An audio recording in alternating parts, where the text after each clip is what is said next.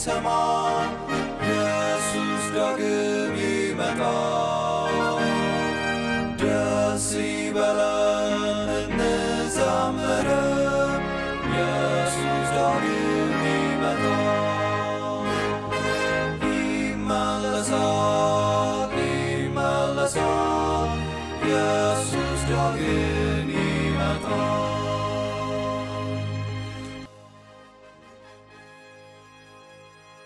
ተላላፊ ደግሞ የቆዳ በሽታዎች አሉ። ተላላፊ ከሆኑ የቆዳ በሽታዎች ደግሞ እጅግ አስፈሪው እጅግ ከባዱ የቁምጥና በሽታ ነው። የስጋ ደዌ አይባልም እንደዛ? እሺ ይቅርታ።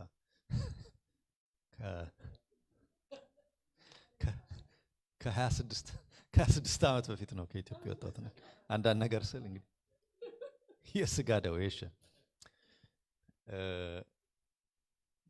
የስጋ ደዌ መነሻው ባክቴሪያ ነው እና ያ ባክቴሪያ በትንፋሽ ሊተላለፍ ይችላል። ነገር ግን ቶሎ አይደለም የሚተላለፈው። እግዚአብሔር መሐሪ አምላክ ነው። እንደ ጉንፋን ቢተላለፍ ዛሬ እዚህ አንሆንም ነበር። በጣም ቀስ ብሎ ነው የሚተላለፈው። ነገር ግን በትንፋሽ ውስጥ ባሉ ውሃ ዘል ነው አይደል? ትንፋሻችን በዛ አድርጎ ነው የሚተላለፈው እና ባክቴሪያው መጀመሪያ የሰውነትን ሙቀት መቋቋም ስለማይችል ጥግ ጥጉን ነው የሚሄደው፣ ዳርዳሩን ቆዳ ላይ የሚሰፍረው። ለዛ ነው ቆዳችን ወደ ሰውነታችን ውስጥ ሳይሆን የመጨረሻው ሰውነታችን የመከላከል ስራ የተሰጠው ስለሆነ በውጭ ነው ያለውና ቀዝቀዝ ይላል ከሌላው የሰውነታችን ክፍል። ያንን ስለሚፈልግ ቆዳው ጋር ሰፍሮ በቆዳችን ውስጥ ያሉትን ስሜት ሰጪ አካላት እነሱን ማገት ይጀምራል ማለት ነው። የኤሌክትሪክ መስመር ያያችሁ እንደሆነ ያው ሰውም ሲጨብጠው እንዳይጎዳም ነው፣ ግን በላስቲክ የተሸፈነ ነው አይደለም? ሽቦ ሰው ጨብጦት እንዳይጎዳ ብቻ ሳይሆን ቶሎ እንዲተላለፍም ኤሌክትሪኩ ቶሎ እንዲተላለፍ ይረዳዋል። ሰውነታችንም ውስጥ የሰውነታችን አሰራር በኤሌክትሪክ ኃይልና እንቅስቃሴ ላይ የተመሰረተ እንደመሆኑ መጠን እግዚአብሔር ራሱ ያበጀው ሽፋን አለ በነርቮቻችን ላይ የስሜት ህዋሳት በትክክል እንዲሰሩ፣ ጭንቅላት ሲያዝ እጅ እንዲንቀሳቀስ፣ ቃላት ከአፋችን ከልሳናችን እንዲሰሙ የሚያደርጉ ነገሮች በፍጥነት እንዲደረጉ ሽፋን እንደ ያው የላስቲኩ አይነትም ባይሆን ከዛም የተሻለ ነገር አለ ማለት ነው። እነዚህ የስጋ ደዌ ባክቴሪያዎች ገብተው የሚያጠቁት እሱን ነው እና ያንን ካበላሹ በኋላ ያ ስሜት ሰጪው የቆዳ ክፍል ስሜት መስጠቱን ያቆማል ማለት ነው እና ከዛም ያለፈ ሌላ ጉዳት አለ። ላብ ሰውነትን ለማቀዝቀዝ ሰውነት የሚያደርገው እንቅስቃሴ ሁሉ ይገታል። በዛ ምክንያት ቆዳ ሳስቶ የመድረቅ አይነት ባህሪ ያመጣል። በሽታው እየገፋ ሲሄድ ቅንድብ የማራገፍ ከዛ ደግሞ የሰውነታችንን አሰራር በጣም ስለሚያወዛግብና ስለሚያጨናንቅ አጥንት የሚሰሩ የሰውነታችን ክፍሎች በየዕለቱ ነው የሚሰሩት እና አጥንት የሚሰራው ያው ሰሪ ክፍል አለ። የተሰራውን ደግሞ የሚያስተካክል ልክ እንደ ጠራቢ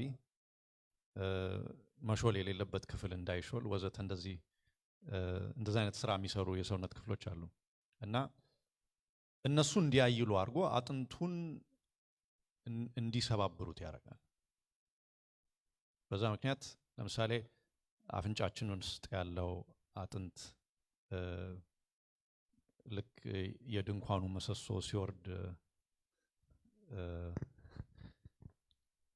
እንደዛ አይነት ነገር ያደርግና ያንን አጥንት አበላሽቶት አፍንጫ እንዲበላሽ ያደርጋል። አጥንትም የጣት አጥንቶች የእግር አጥንቶች እንደዛ እየተበሉ እየተሰረሰሩ እንዲሄድ አድርጎ ያው ጣቶቹ እያጠሩ ይሄዳሉ እና ብዙ ሰው ወይ ጣቶቹ የረገፉ እንደዚህ አይነት ይመስሏል። ነገር ግን ጥቃቱ ራሱ ከሰውነት ውስጥ ነው የሚመጣው። ባጭሩ ይሄ እጅግ በአሰራሩም ረቂቅ የሆነ ባክቴሪያ ሆኖ የሰውነትን ቆዳ ላይ ያሉትን ስሜቶች የስሜት ሕዋሳት ከጎዳ በኋላ ራሱ ሰውነት በራሱ ላይ እንዲነሳና ራሱን እንዲያጠፋ የሚያደርግ በሽታ ነው ማለት ነው። ቀስ እያለ ነው ሰውነት ውስጥ የሚሰራው። የረጅም ጊዜ እቅድ ያለው በሽታ ነው። የባክቴሪያው ሴሎች ደግሞ ቶሎ ቶሎ በፍጥነት ተለዋውጠው የሚበላሹ አይነት አይደሉም እና ቋሚ የሆነ ቆይታ አላቸው ማለት ነው። በመካከለኛው ምስራቅ ይሄ በሽታ በተለይ በጣም እንዲስፋፋ ካደረጉት ነገሮች ክስተቶች ሁለቱን ለመጥቀስ ያህል የመጀመሪያው ታላቁ እስክንድር ትዝ እንደሚላችሁ ከግሪክ ተነስቶ የዛሬ ኢራን የምትባለውን የፋርስን መንግስት ከወረረ በኋላ እዛ ካስገበረ በኋላ ደግሞ ወዲህ ወደ ኢራቅ አካባቢ ተመልሶ እስከ ግብጽ ድረስ መምጣቱን ታስታውሳላችሁ። ግብጽ እስከ ዛሬ ድረስ እስክንድሪያ የምትባል ከተማ አለች አይደለም? እና ያው እንደምታውቁት የጦርነት እና የወታደሮች እንቅስቃሴ ባለበት ቦታ አንድ ቦታ ያለ ባህል ሊሆን ይችላል፣ ምግብ ሊሆን ይችላል፣ ቋንቋ ሊሆን በሽታም ሊሆን ይችላል፣ አብሮ ነው የሚሄደው። በዛ ምክንያት የበሽታው መስፋፋት የሮም ታሪክ ጸሐፊዎች እነ ሄሮዶተስ እነ ታሲተስ ይህን ነገር ሲዘግቡ እነ ፕሊኒ ሲጽፉ ስለዚህ የበሽታው መሰረት ግብጽ ነው ይላሉ። በአባይ ወንዝ አካባቢ የሚኖሩ ሰዎች በዛ በሽታ ተጠቂዎች የዛ በሽታ ሰለባዎች ቢሆኑም የእስክንድር ጦርነቶች ይሄ ነገር እንዲስፋፋና ወደ ጣሊያንም እንዲመጣ አድርገዋል ይላሉ። ከዛ ደግሞ ከግሪኮቹ በኋላ ደግሞ በመካከለኛው ምስራቅ ብርቱ የነበረው የማ መንግስት ነው አላችኋል? የሮም መንግስት አይደል? የሮም መንግስት ደግሞ ፖምፔይ የተባለው የጦር መኮንን አካባቢውን ሲያስከብር ኢየሩሳሌም ድረስ ሁሉ ሄዶ ነበር። በሱ ጊዜ ደግሞ ይሄ ነገር በጣም እንደተስፋፋ ደግሞ የሚናገሩም አሉ። ስለዚህ ጌታ ኢየሱስ ክርስቶስ ፖምፔይ ደግሞ ከክርስቶስ ልደት በፊት አንድ ባልሳሳት 70 እስከ 100 ዓመታት በፊት ነው ወደ ኢየሩሳሌም መጥቶ የነበረው። ባጭሩ በዛ አካባቢ የነበሩ ሰዎች አሁን ሁሉም የአንድ ቋንቋ ተናጋሪ ሰዎች የመሆናቸውን ያህል ቋንቋውን ደግሞ ግሪክ ነበራል። ቃላችንም መጽሐፍ ቅዱስም አዲስ ኪዳን የተጻፈው በግሪክ ነው። አንድ አይነት ቋንቋ የነበረውን ያህል በብዙዎችም ዘንድ ተመሳሳይ አስተሳሰብ ነበር። የበሽታዎቹም አይነቶች ተመሳሳይ መሆን ጀመሩ ማለት ነው እና ዘሌዋውያን ላይ የቆዳ በሽታ ለምጽ ተብሎ የተተረጎመው ማለት ነው ከዕብራይስጡ ለምጽ ተብሎ የተተረጎመው ነገር ስታዩትም እዛ ላይ ሰፊ የሆነ ትርጉም ሊሰጠው የሚችል ጉዳይ ቢሆንም ካሉት የቆዳ በሽታዎች እጅግ ከፍተኛ ፍርሃት ሊያመጣ የሚችለው እጅግ ጠንቅ ሊሆን የሚችለው ይሄኛው ነው፣ የስጋ ደዌ የምንለው ነገር ማለት ነው። ዘሌዋውያን ላይ አይታችሁ እንደሆነ ካህኑ አንድ ሰው የቆዳ በሽታ አለበት ወይ የሚለውን ነገር ከፈተሸ በኋላ ለ7 ዓመት እንዲገለል ይደረጋል እና ከ7 ቀናት በኋላ እንደገና ሲመረመር ያ ነገር ወይ አልተሰራጨ እንደሆነ ወይ አልተስፋፋ እንደሆነ ተመልሶ ወደ ማህበረሰቡ የመቀላቀል እድል ነበረው። የስጋ ደዌን ግን ካሰባችሁ እንደዚህ በቀላሉ የሚመለስ አይነት ጉዳይ አይደለም። እንደውም አይመለስም። ባጭሩ በጥንት ከነበሩ መፍትሄዎች ውስጥ ትንሽ ሻል የሚል መድኃኒት የነበራቸው ህንዶቹ ናቸው። ግሪኮቹን ያየን እንደሆነ እንደ ጌለን አሁን የታወቀ በዛ በግሪኮቹና በሮማውያን ጊዜ የታወቀ ሐኪም የነበረው ሰውዬ ምንድን ነው የሚለው? የስጋ ደዌ ያለበትን ሰው ደም ማፍሰስ ጠቃሚ ነው ይላል። ደም ውስጥ ነው በሽታው። ስለዚህ ደሙ ፈሶ አስቡት፣ ከስንት ድካም በኋላ በሽታው ሳይለቅ ይገኛል። ወይንም ደግሞ እጅግ መርዛማ የሆነ እባብ ወስደን ቀቅለ ነው ያ ሰው እንዲጠጣው ወይም እንዲበላው የማድረግም ነገር ነበር።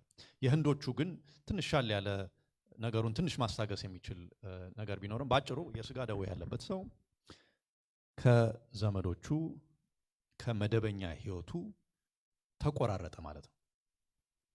ኦሪት የሚሰጠው ማስጠንቀቂያ ምንድን ነው? በግልጽ ይሄ ሰው በሽተኛ ከሆነ የበሽታው ሰለባ ከሆነ ጸጉሩን አንጨባሮ ይላል ኦሪቱ እንደዚህ ይላል፣ የተቀዳደደ ቡትቶ ልብስ ለብሶ ከማህበረሰቡ ተገሎ ከተገለለበት ቦታ ደግሞ ሰዎች ያለፉ እንደሆነ አፉን ሸፍኖ ይላል እስከ ላይኛው ከንፈሩ ድረስ አፉን ሸፍኖ ምንድነው ማለት ያለበት? እርኩስ እርኩስ እርኩስ ወይም ንጹህ ያልሆንኩ። ይህንን ነው የሚለው ቀጥተኛ ትርጉሙ እሱ ነው። አንክሊን የሚለው የእንግሊዝኛ ቃል የተሻለ ይተረጉመዋል። ንጹህ ያልሆንኩ እና ይሄንን ሰዎች በሚሰሙበት ጊዜ አላፊ አግዳሚ ይሄንን በሚሰሙበት ጊዜ ከፍተኛ ፍርሃትና ጭንቀት የሚያመጣ ጉዳይ ነበር። አስተዋላችሁኝ? ምናልባት አሁንም እኔ ልጅ በነበርኩበት ጊዜ እጅግ አስፈሪ የነበረው ነገር ትዝ ይላችኋል? የኤችአይቪ ጉዳይ ትዝ ይላችኋል አይደል? አንዳንዶቻችሁ ትዝ ይላችኋል? እኔ አንድ ማረሳው ነገር ጸጉሬን ቤት ነበር የምቆረጠው ብዙ ጊዜ። እንደ አጋጣሚ ሆኖ የሚቆርጠኝ ሰው ስላልነበር ጸጉር ቤት ሄጄ ቶንዶሱና መቀሱን አንስተው ወደ ጭንቅላቴ ሲያቀርቡት ይነዝረኝ ነበር። አይዞ እያለ ቆረጠኝና መጨረሻ ከወጣው በኋላ ማታ ሁሉ እንደው እዛ ቶንዶስ ውስጥ ድንገት ቫይረሱ ቢኖርስ አይደል? ምክንያቱም መጨረሻ ላይ ጸጉር ከተቆረጠ በኋላ በአልኮል አይነት ነገር ይጠርጉታል አይደል? እና ትንሽ ያቃጥላል ማለት የተቆረጠ ነገር አለ ማለት ነው፣ ተነካክቷል ማለት ነው። እና ያስፈራ ነበር። እና በዛ ደረጃ እገሌ ምንድነው በምን ምክንያት ነው የሞተው ሲባል ቀሳፊው ነው ይባል ነበር። ትዝ ይላችኋል? ቀሳፊው ነው ይባል ነበር። እና ጧት አንድ ሰሞን ትዝ ይለኛል ለለቅሶ የአንድ ኃላፊነት የተሰጠው ሰው ጥሩምባ ይነፋ ነበራል፣ ሰው እንዲሰበሰብ ወዘተ። በጣም ይሰማ ነበር እኛ ሰፈር አካባቢና ብዙ እኔም በቅርብ ማውቃቸው የሞቱ ወጣቶች ነበሩ። እና በሱ መነጽር ነው ይሄኛውን ማየት ያለብን። እጅግ አስፈሪ የሆነ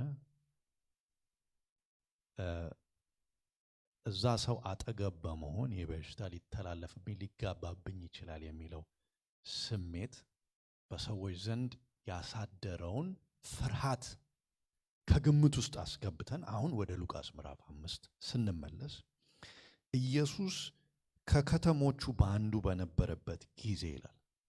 ተመልከቱ፣ ኢየሱስ አሁን ሜዳ ላይ አይደለም፣ ገላጣ ምድረ በዳ ውስጥ አይደለም፣ ከተማ ውስጥ ነው። በዛ ቦታ ላይ ሆኖ በዛ ቦታ በነበረበት ጊዜ አንድ ለምጽ የወረሰው ሰው ይላል። ለምጽ የዳሰሰው፣ ለምጽ የነካው፣ ለምጽ እፍ ያለበት ሰው ሳይሆን ምን ያደረገው ነው የሚለው የወረሰው። ጸሐፊው ማን ነው? ሙያው ምንድን ነው? ሐኪም ነው። ሉቃስ ተወዳጁ ሐኪም ይለዋል ጳውሎስ ቆሎሲያስ ላይ ባለሳሳት ሐኪም። ስለዚህ ማርቆስ ሲጽፍ ወይም ማቴዎስ ሲጽፍ ሄዳችሁ ያያችሁ እንደሆነ ለምጽ የወረሰው አይሉ። ስለዚህ ሉቃስ ትዝ ይላችሁ እንደሆነ ምዕራፍ 1 ላይ የሆኑትን ነገሮች በጌታ ኢየሱስ ክርስቶስ አካባቢ የተፈጠሩትን ክስተቶች፣ ታሪኮች ካጣራው በኋላ ይላል። ከብዙ ምስክሮች ካጣራው በኋላ በሽታን አስመልክቶ በጥንቃቄ የሚተነትነው ሉቃስ ነው ሁሉ ጊዜ። ስለዚህ የማጣራቱም ስራ ላይ ሲጠይቅ በሽታው እንዴት ነበር፣ ምንድን ያያችሁት ብሎ በሐኪም በሙያው እሳቤ ነው ሲጠይቅ የነበረው ማለት ነው። እያስተዋላችሁ ነው? ስለዚህ አሁን ይሄ ሰው በለምጽ የተወረሰ ሰው ነበር። ያ ማለት በስጋ ደዌ የተወረሰ ሰው ነበር። የስጋ ደዌ ይመስለኛል። የዘመናት ምኞትን ያያችሁ እንደሆነ ምንም አሻሚም አይደለም። የስጋ ደዌ የወረሰው ሰው ነበር። በነገራችን ላይ የስሜት ሙቀትን፣ ንክኪን ወዘተ እምቢ ስለሚል ቆዳቸው ከሰልም ላይ የሄዱ እንደሆነ ሚስማር የረገጡ እንደሆነ ምን ላይ እንደቆሙ አያውቁም። ቆዳቸው ይቀደድና ሌላ ደግሞ ተለጣፊ በሽታ ደግሞ ይገባል እና ለሌላ በሽታም ይዳረጋቸዋል። ከዛ የተነሳ ጠረናቸውም ጥሩ አልነበረም። ቅድም ያነሳሁት አይመስለኝም። ሄዶ ሄዶ በሽታው ብያለሁ፣ ድምፅም ይቀይራል። የድምፁ ለውጥ ደግሞ በጥንትም ጊዜ ሮማውያኑ መቼም አንዳንዶቹ አገላለጻቸው ለየት ያለ ነው። አንዱ ምን ይላል? የሚያወጡት ድምፅ የውሻ ጩኸት ይመስላል ይላል። እኔ አጋጥሞኛል። አስፈሪ ያው ህፃናት ነበሩ። የአለርት ግቢ ሆስፒታል ትዝ ይላችኋል? እዛ ከአንድ ወዳጄ ጋር ሳይክል ላይ ሆነን ስንዞር አንድ 6 የሚሆኑ ትንንሽ ልጆች እየጮሁ ወደኛ ሲመጡ ትዝ ይለኛል። ቅንድብ የሌላቸው አፍንጫቸውም አካባቢ አለ። ከዛ ደግሞ ድምፃቸው በተለይ በጣም አስፈሪ ነበር። ድምፅን ደግሞ ከዛ የበለጠ አልፎ እስከ ድምፅ ጠፍቶ ሰው ልክ እንደሚያንሾካሾክ አይነት ወደዛም ደረጃ የማውረድ ባህሪ ነበረው። ለማንኛውም ይሄ ለምጽ የወረሰው ሰው ይሄ በስጋ ደዌ የተወረሰው ሰው ወደ ኢየሱስ መጣ ይላል። ኢየሱስ የነበረባቸው አካባቢዎች ሰው ያልነበረባቸው ቦታዎች አልነበሩም። ክርስቶስ አለ የሚለው ነገር ብዙ ሰው አብሮት አለ ማለት ነው አይደለም? እሱ ይቅርና እንደውም ትንሽ እረፍት ፍለጋ ወደ ሌላ ቦታ ሲሄድ አሁንም ተሰብስበው መጥተው ያስጨንቁት ነበር። ስለዚህ ጌታ ኢየሱስ ክርስቶስ እንደውም ከፍ ብላችሁ ስታዩት የማስተማር ስራውን የጀመረበት ጊዜ ነበር። ስለዚህ ክርስቶስ አሁን እያስተማረ ነው ማለት ነው። በዚህ ከተማ ውስጥ እያስተማረ ባለበት ጊዜ በማስተማሩም ሂደት ላይ ሰዎች ፈውስ የሚያስፈልጋቸውን የታመሙ ሰዎች፣ የተለያየ ህመምና ደዌ ያለባቸውን ሰዎች ያመጡ ነበር ወደ ክርስቶስ ኢየሱስ አይደለም? እና እነዛንም እየፈወሰ ነበር የሚያስተምረው። ይሄ ሰው እነዚህን ሰዎች አለመፍራቱ ሊገርመን ይገባል። ምክንያቱም አሁን ኦሪትን እየተላለፈ ነው። ራስህን ለይተህ ራስህን አግልለህ ትንፋሽህ እንኳን ሰዎች ጋር እንዳይደርስ የተባለው ሰው አሁን ወደ ኢየሱስ እየመጣ ነው። እንዴት ነው ወደ ኢየሱስ ሊመጣ የቻለው? ድፍረትስ የሰጠው ነገር ምንድን ነው? ምክንያቱም ካልተሳካለት፣ ይሄ ነገር ካልተሳካለት የዚህ ሰውዬ መጨረሻ ጥሩ ሊሆን አይችልም። ይሁዲዎች በጣም ጠንቃቃ ናቸው። አንድ ሰው መስመሩን አልፎ ከሄደ ምን ሊያጋጥመው እንደሚችል ምሳሌ ለመስጠት ያህል ቀለል ያለ ምሳሌ እንደውም በሐዋርያት ሥራ ላይ ትዝ ይላችኋል። ጳውሎስ ወደ ኢየሩሳሌም በተመለሰ ጊዜ ሊያጠፉት የነበረው ምንን ምክንያት አድርገው ነው? ይሄ ሰው ግሪኮችን ይዞ ወደ ቤተ መቅደሱ ገባ ተብሏል ነበር። ከዛ በኋላ ምን አደረጉ ይላል? ቤተ መቅደሱን ዘጉት ይላል። ከዘጉት በኋላ ተሰብስበው ይደበድቡት ጀመር። ቤተ መቅደሱም ዙሪያ የተለጠፈ ምልክት ነበር። የአሕዛብ አደባባይ የሚባል ነበር። አሕዛብ ያንን አደባባይ ተሻግረው ወደ ይሁዲዎቹ አደባባይ መግባት አይችሉም ነበር። የተለጠፈ ማስታወቂያ ነበር።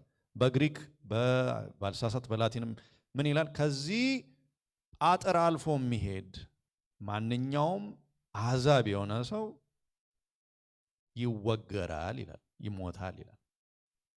አይሁዶቹ በጣም ጠንቃቆች ነበሩ በዚህ ጉዳይ ላይ፣ ንጹሕንና ንጹሕ ያልሆነውን በመለየት ላይ፣ በተለይ ከባቢሎን ግዞት ከተመለሱ በኋላ ማለት ነው። ስለዚህ ይሄ ሰው ወደ ክርስቶስ እንዲመጣ ያደፋፈረው ነገር ምንድን ነው ብለን እንድንጠይቅ ግድ ይላል። ይህን ታሪክ ብዙ ጊዜ ስናንበው ከንፈራችን መጠን ኢየሱስን ስለ ኢየሱስ ሰምቶ ይሄ ሰው እንደው ሊፈወስ መጣ፣ ተፈወሰ፣ አሜን ብለን እንሄዳለን። ነገር ግን በነበረበት ቦታ ላይ አንደኛ ዜናውን እንዴት አገኘ? ውሎ የሚያድረው ከሌሎች የስጋ ደዌ ካላቸው ሰዎች ጋር ነው። አዋዋሉም ኑሮም ሁሉም እዛ ነው።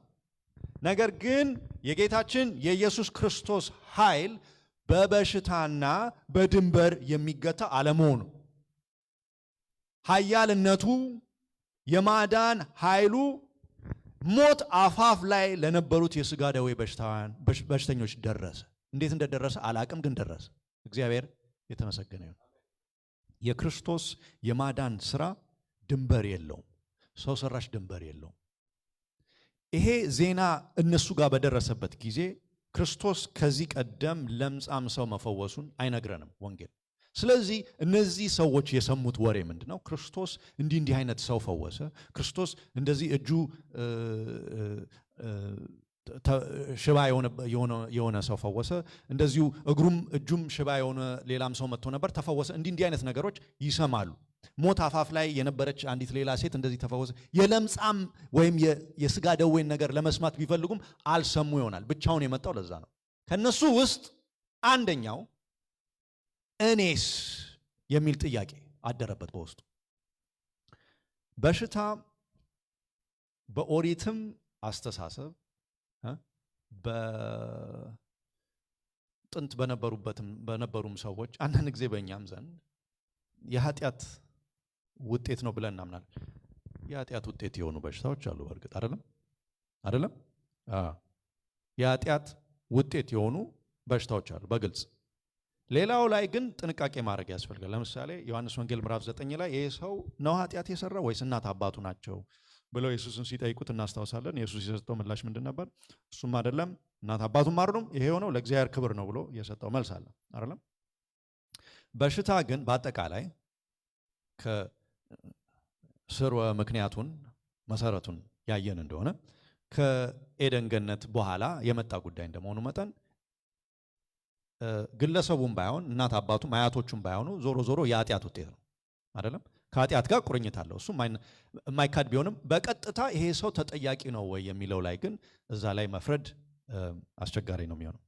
በጥንቱ ዓለም ግን ለምሳሌ ባቢሎናውያን ይህንን የስጋ ደዌ በሽታ ያለ ጥርጥር ይሄ በሽታ የመጣው ይሄ ሰው ሲን ለተባለችው የጨረቃ አምላክ ስላልታዘዘ ነው።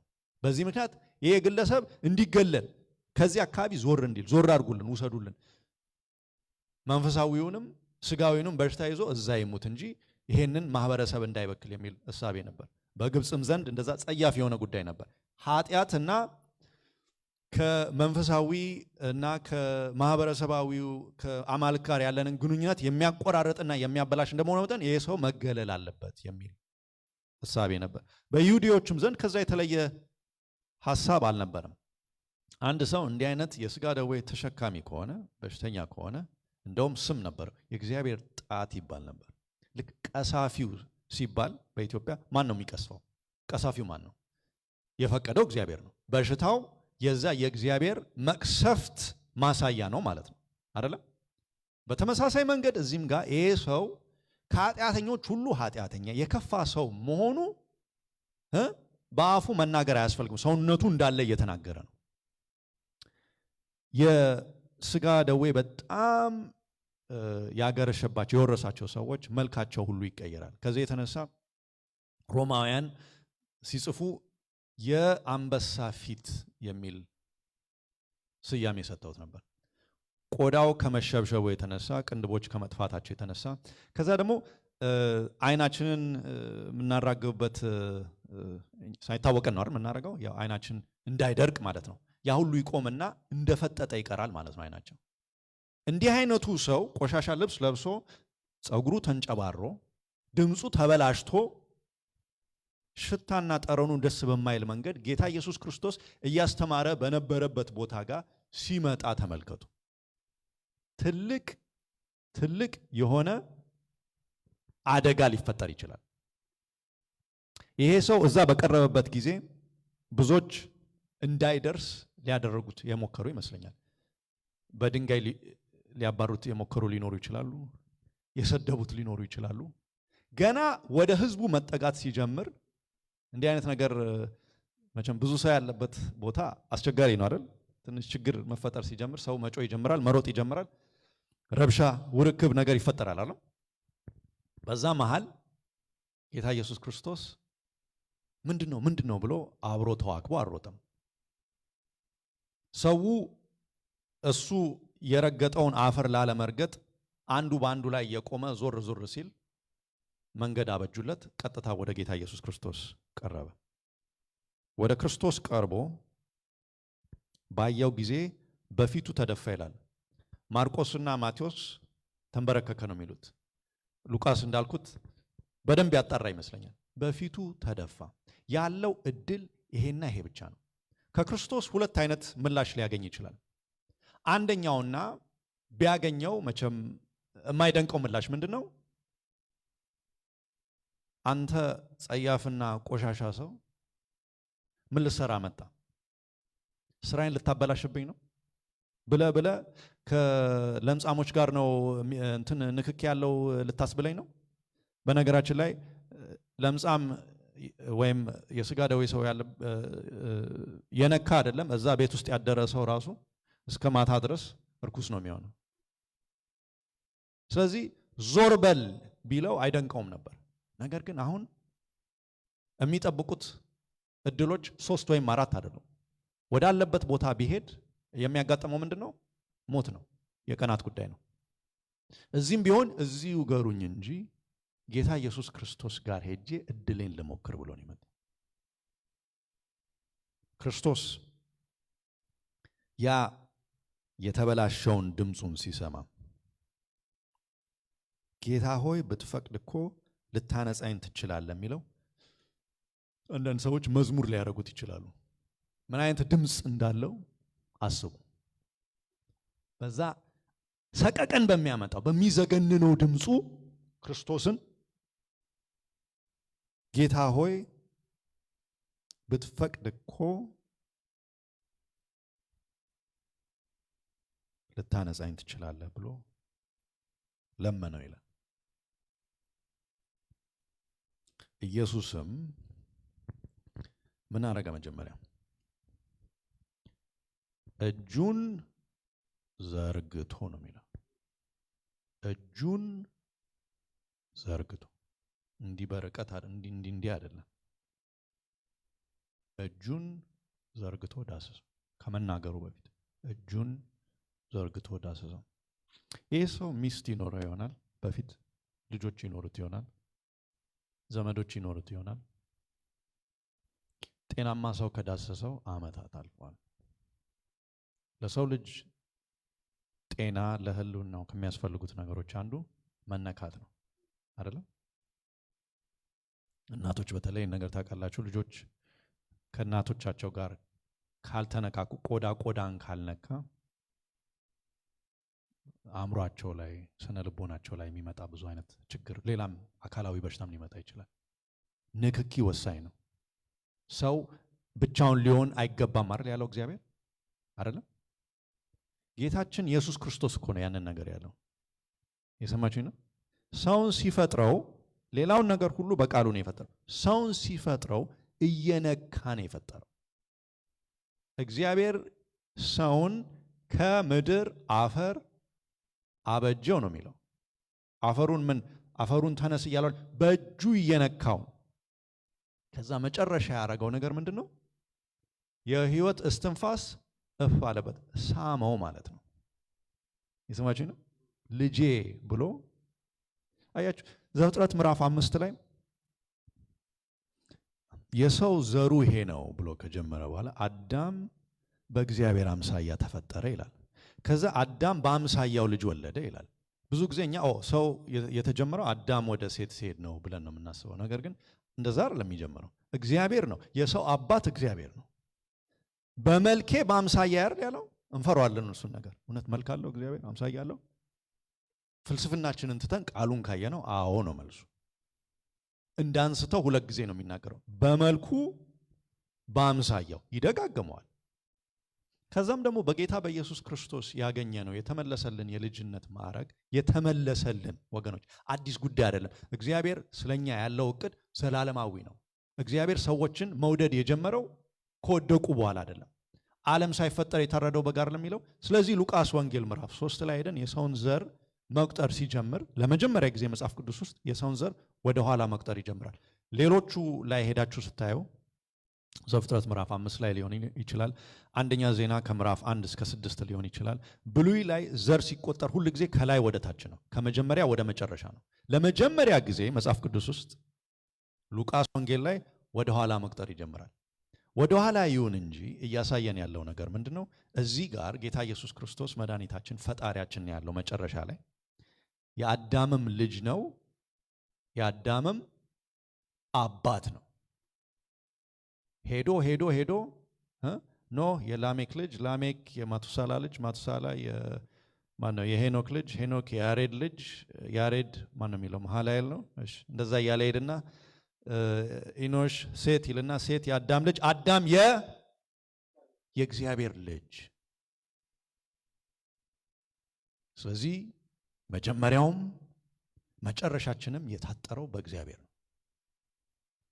መጀመሪያ አዳምን በእጁ እንደፈጠረው ሁሉ አያችሁ፣ ይህንን ሰው ሌሎች ሰዎች ሲያዩት ሰው አይመስላቸው። ምክንያቱም ከሰው ተራ ወጥቷል። አፍንጫው የሰው አይደለም፣ አይኑ የሰው አይደለም፣ ትንፋሹ የሰው አይደለም፣ ፀጉሩ የሰው አይደለም። እንቀጥል። ስንት ጣቶች እንዳሉት አናቅም። የእግር ጣቶቹ ስሜት የለውም፣ ድምፁ ደስ አይልም፣ ሰው አይደለም ባጭሩ። ለክርስቶስ ግን ይህ ይላል ዘካርያስ ምዕራፍ 3 ላይ ይህ ከእሳት የተነጠቀ ትንታግ አይደለምን? ያንን እየተቀጣጠለ አመድ ሊሆን ያለውን ትንታጉን አንስቶ የሚጨሰውን ነገር ወደ ሕይወት ዛፍ አስገብቶ ቅርንጫፍ እንዲሆን ያደርገዋል። ከዛ ደግሞ ፍሬ እንዲያፈራ ያደርገዋል። ራሱ ይላል አይደል? እኔ የሕይወት ግንድ ነኝ፣ እናንተ ምንድን ናችሁ? ቅርንጫፎች ናቸው። ሮሜ ላይ ከውጭ ነው የገባችሁት ይላል። ቅርንጫፉ ናችሁ። ወድቃችሁ ነበር፣ እዛ ተጥላችሁ ቆሽሻችሁ ነበር። እግዚአብሔር ግን ከታላቅ ምሕረቱ የተነሳ አንስቶ መጥቶ አዳቀላችሁ፣ አስገባችሁ። የገባንበት ምክንያት ደግሞ ፍሬያማ ለመሆን ነው። ከእሳት የተነጠቀውን ትንታግ ሰው ወይ ረግጧል ወይ ጥሏል እንጂ ይህ ነገር ቅርንጫፍ ይሆናል ፍሬ ያፈራል ብሎ አያስብም። ካለማን በስተቀር? ካለ እግዚአብሔር በስተቀር። ጌታችን ኢየሱስ ክርስቶስ ይህንን ግለሰብ ሲያየው ትዝ ያለው ነገር ምንድን ነው? አዳምን ሲፈጥር ትዝ ያለው አዳምን ሲፈጥር ልክ እናትና አባቶች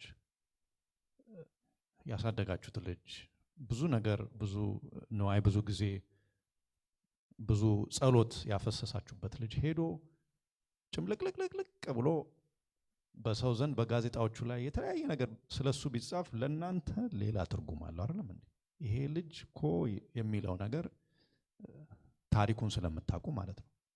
ከዛ ደግሞ ተስፋ የሚቆርጥ ወላጅ አለ። ግን መጨረሻ ተስፋ የሚቆርጠው ወላጅ ነው። የእግዚአብሔር ከዛ ይልቃል።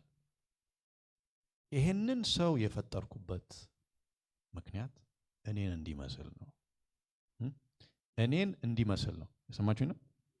እኔን እንዲመስል ማለት የኔ አሽከር እንዲሆን ሳይሆን ራዕይ ዮሐንስ ምዕራፍ 3 ቁጥር 21 ላይ እንደሚለው እኔ ድል ነስቼ ከአባቴ ጋር በዙፋኑ እንደተቀመጥኩ ድል ለሚነሳ ሁሉ ከኔ ጋር በዙፋኔ አብሮኝ ይቀመጣል ነው የሚለው። ከኔ ጋር እንዲነግስ ነው የሚለው። እየሰማችሁ ነው?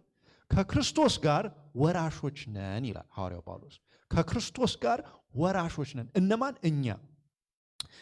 ሰው ማለት እኮ የሰው ልጅ ማለት እንደው ሰውና እግዚአብሔር ሐሳባችን ሰማይና ምድር የሰማይና ምድር ያህል የተራራቀ ነው። የሰው ልጅ እግዚአብሔርን አይወድም፣ እግዚአብሔርን አያምንም። እኔ ክርስቲያን ይሁን አይሁን እሱ ጉዳይ አይደለም። የሰው ልጅ በጥልቅ ካየነው እግዚአብሔርን አያምንም።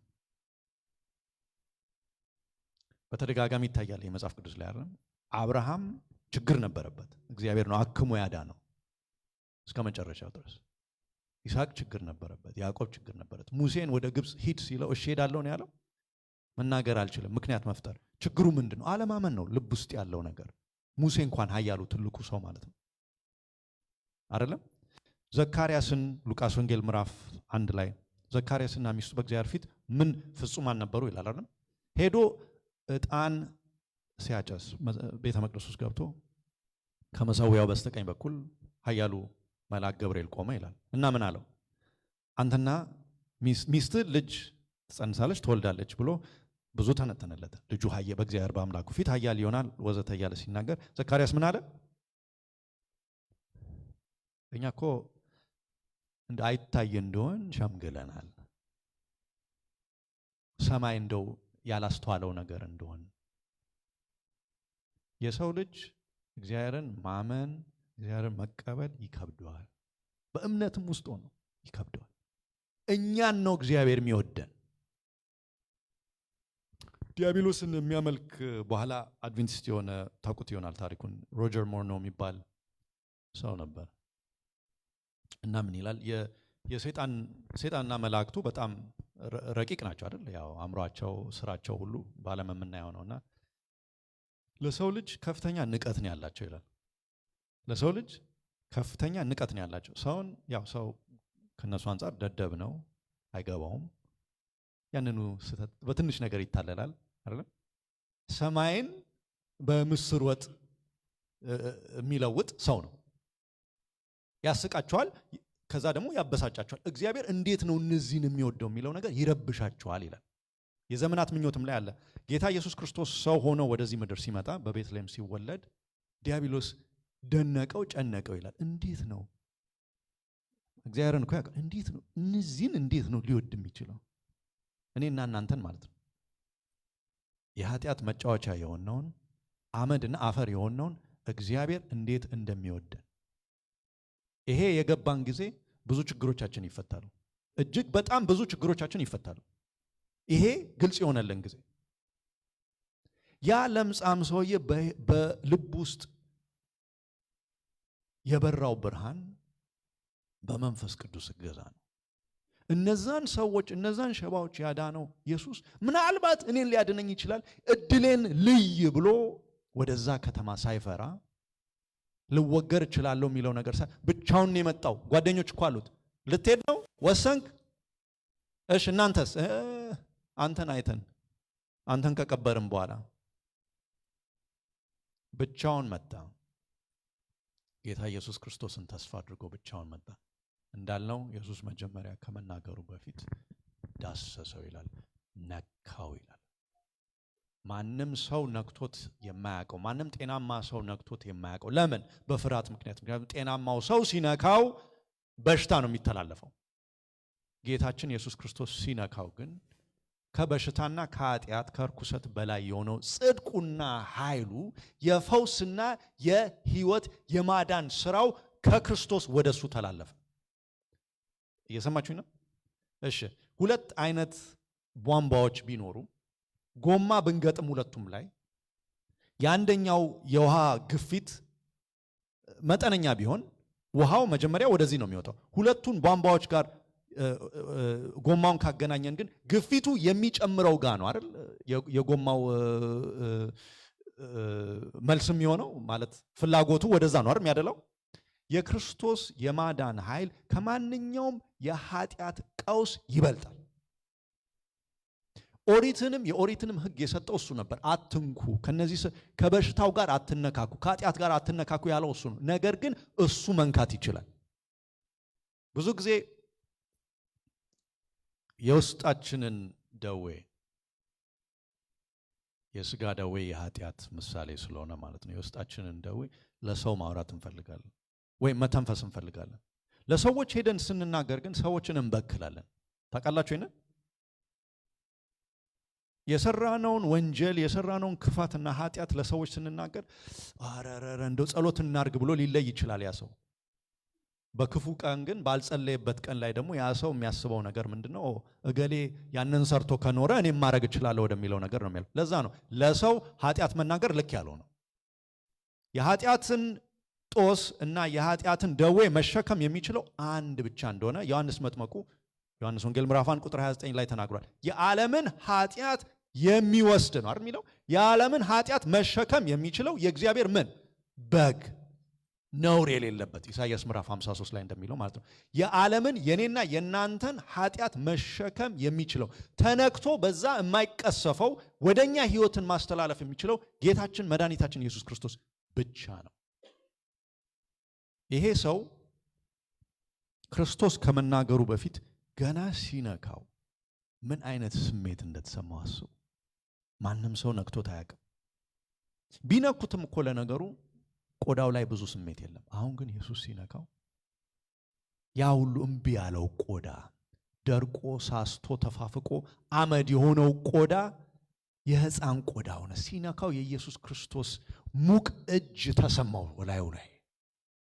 ክርስቶስ ከዛ ቀጥሎ ምን አለው? ከዳሰሰው በኋላ እፈቅዳለሁ፣ ነጻ። ወዲያውም ለምጹ ጠፋለት። በዛ ቦታ በኖርኩ ይሄ ሰው በሽታ ይዞብን መጣ። ልጆቻችንና እኛን ምን ሊያደርገን ነው? ዛሬ ስብከት ልንሰማ መተን ጌታ ኢየሱስ ክርስቶስን ፈልገን መተን ዛሬ ይሄ ሰውዬ ተንፍሶብን እንደውም ልንገባ ነው ያሉ ሰዎች በዓይናቸው ያዩትን እኔ ባይ ደስ ይለኛል። ያ አስፈሪ የነበረው ፊቱ፣ ተሸብሽቦ የነበረው ቆዳው፣ ጠፍቶ የነበረው አፍንጫው፣ ፈጦ የነበረው አይኑ፣ ሲናገር እንደዛ ዘግናኝና የሚሰቀጥጠው ድምፁ እንዴት በአንድ ጊዜ ተቀየረ። ምክንያቱም ጸጥ ያለ አይመስለኝም። ከዛ በኋላ ብድግ ብሎ እግዚአብሔርን ያመሰገነ ይመስለኛል። ድምፁ ሲቀየር፣ ሁለመናው ሲቀየር ማየት እፈቅዳለሁ፣ ንጻ ስላለው ኢየሱስ። ዛሬ የምንኖረው የስጋ ደዌ፣ መንፈሳዊ የስጋ ደዌ ባየለበት ዘመን ውስጥ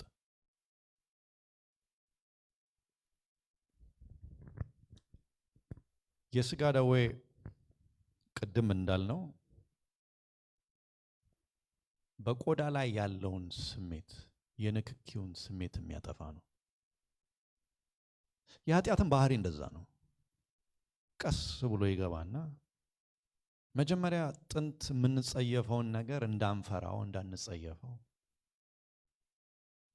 በፊት ገና ትንሽ ጠቅ ሲያደርገን የሚያስጮህን ነገር አሁን ወስፌውም ሚስማሩም 10 ቁጥርም ይሁን 12 ቁጥር ሲወጋን እየደማ እያየን ምንም እንዳንል፣ ሲመግል ሲያዥ አስቀያሚም ሲሆን ያለ ነው ብለን እንድንቀበል የሚያረግ ኃጢአት አለ ህይወታችን ውስጥ። ይቺ ዓለም በተለይ አሁን ያለችበት ሁኔታ በከፍተኛ ድንዛዜ ውስጥ ስለሆነ ጌታ ኢየሱስ ክርስቶስ ሲመጣ እንዴት ነው የሚሆነው የሚለውን ራሱ ክርስቶስ ሲናገር ምን ይላል? እንደ ምንድን ነው የሚመጣው ይላል? እንደ ሌባ። አስደንጋጭ የሚሆነው ድንገተኛ የሚሆነው ድንዛዜ ስላለ ነው። የሚያደነዝዘው ነገር ኃጢአት ነው። ቅዱሳን ወገኖች፣ የሚያደነዝዘው ነገር ኃጢአት ነው። ከሁሉ በላይ በዚህ ዘመን ነቅተን በኃጢአት ጉዳይ ላይ መሰልጠን አለብን። የኃጢአት መፍትሄ አለ። ለእግዚአብሔር ሕዝብ የተከፈተ ምንጭ እንዳለ ዘካርያስ ምዕራፍ 13 ይናገራል። እግዚአብሔር ሲያነጻና ሲያጥብ እንከን እና ቆሻሻ እድፍ እንዲኖረን ትንሽ የቀረ ነገር እንዲኖር አድርጎ ሳይሆን ሙሉ በሙሉ ንጹህ አድርጎ ነው የሚለቀን። እፈቅዳለሁ ምን ሆን ንጻ። በዚህ ቀን ለኛም ጌታችን እየተናገረ ያለው ነገር በሕይወታችን ሳንክሳር ሆነው እንቅፋት ሆነው መንፈሳዊ ስሜት እንዳይሰማን እግዚአብሔርን እንዳንፈልግ ያነቁንን ነገሮች ወደሱ እንድናመጣ ነው። አንድ እማቀው የቅርብ ወዳጅ አለኝ። በወላጆቹ ምክንያት ወላጆቹ የሌላ እምነት ተከታዮች ስለሆኑ አድቬንቲስት መሆኑ እንዲታወቅ አይፈልግም። ከሚስቱና ከልጆቹ ጋር አድቬንቲስት ነው፣ እነሱ ሲመጡ ግን አይደለም። እና በአንድ ወቅት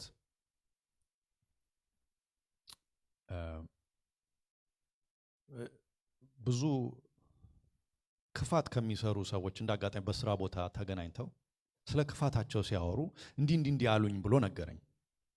ከዛ ሰማሁትና እንዴ ታዲያ አንተ ለምን ስለ ክርስቶስ ለምን አልተናገርክም አልኩት። አሰበና ያልተናገርኩትማ አሁን ተደብቄ ስለምኖር ከወላጆቼ መንፈሳዊ ማንነቴ ተኮላሽቷል አለ። ማረግ እንዳለብኝ አውቃለሁ፣ ግን አቅሙ የለኝም፣ አልችልም። እግዚአብሔር ታዘዙ ሲለን፣ አርጉ ሲለን፣ አታድርጉ ሲለን እሺ ማንል ከሆነ አቅም እያጣን ነው የምንሄደው፣ እየታሰርን ነው የምንሄደው። ልክ ይሄ የስጋ ደዌው በሽታ መጨረሻው ራስን ማጥፋት እንደሆነ፣ የራሱን አጥንት ማበላሸት እንደሆነ፣ ስነ ልቦናችን፣ አእምሯችን፣ ሁለመናችን ከውስጥ መበላሸት ይጀምራል፣ መቦርቦር ይጀምራል። እንደዛም ሆኖ ግን ተስፋ አለ፣ ሁሌም ተስፋ አለ። ጌታ ኢየሱስ ክርስቶስ ወዳለበት ቦታ ብንሄድ ሰዎች ምን ይሉኛል የሚለውን ትተን ማለት ነው። ይሄ ሰው ኢትዮጵያዊ አለመሆኑ ግልጽ ነው አይደል? ይሉኝታ የለውም። ለምጻሙ ሰውዬ አይደል? ምን ይሉኛል መንገድ ላይ እንደ ስንቱን ሰው እንዲያርግ ያራ ይቅርብኝ እንደ እነሱን እንደዚህ አላለም። በዛ ደረጃ የባህልን አጥሮች በሚሰብር ደረጃ ክርስቶስን መፈለግ አለበት። ማንኛውንም አይነት አጥር አይቻልም፣ አይገባም፣ ማለፍ አይቻልም፣ ክርስቶስ እዛ ጋ ነው፣ አንተ እዚህ ጋ ነህ የሚለውን ነገር ሁሉ ሰንጥቆ የሚሄድ እምነት ያስፈልጋል። እደህያለሁ፣ እጠፋለሁ፣ ሰዎች እንዲህ ይሉኛል፣ ያንን ሁሉ ሰንጥቆ የሚያልፍ እምነት ያስፈልጋል። ለምን? ብድራቱ ትልቅ ነው። እዚህ ጋር ሆነን ከሚጠብቀን ሞት፣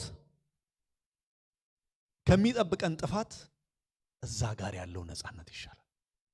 ክርስቶስ ሲነካን ይሻላል። እሱ ነክቶ እፈቅዳለሁ ንጻ ብሎ ከሚናገረንና ከዛ በኋላ የሚመጣው ህይወት በእጅጉ ይሻላል። ወገኖች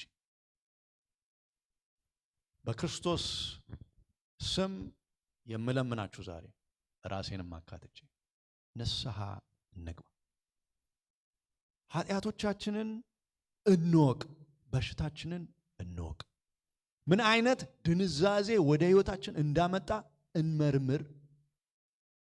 እንደዛው ከነቡቱቷችን፣ ከተንጨባረረው ጸጉራችን፣ ከተበላሸው ፊታችንና ከሚዘገንነው ድምፃችን ጋር ወደ ኢየሱስ እንሂድ። ወደ ኢየሱስ ሄደን እንደዚህ ሰው በፊቱ እንደፋ። ያለኝ እድል ይሄ ነው ብለን ከሄድን ጌታ ኢየሱስ ክርስቶስ አይተዋንም። የነካን የዳሰሰን ጊዜ ህይወታችንን በቅድስና መምራት እንጀምራለን። ለውጥ ይመጣል። ስሜቶቻችን ይታደሳሉ። አዲስ ሰው ሆነን የምስጋናና የንጽህና ህይወት መኖር እንጀምራለን። እግዚአብሔር ይባርካችሁ።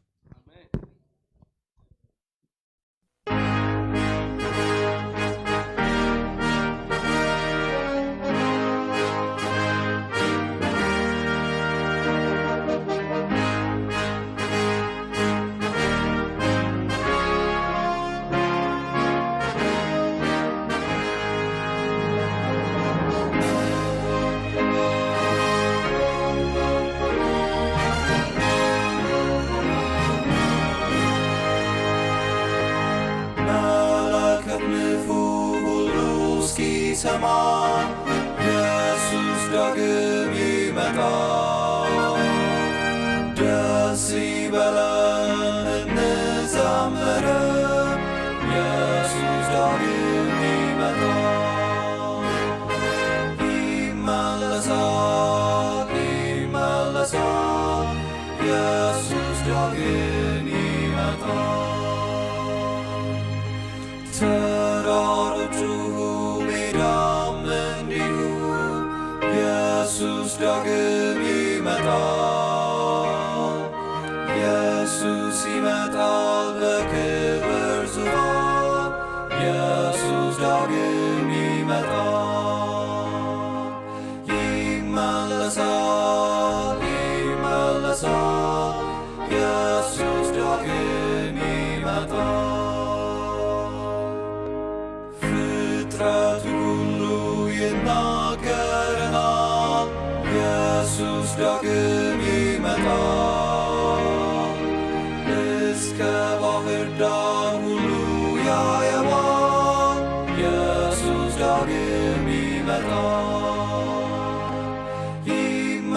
ይመለሳል ይመለሳል ኢየሱስ ዳግም ይመጣል። የምድር መናወጥ ለሰዎች ይላል ኢየሱስ ዳግም ይመጣል። አውሎ ነፋስም ያስታውቀናል ኢየሱስ ዳግም ይመጣል።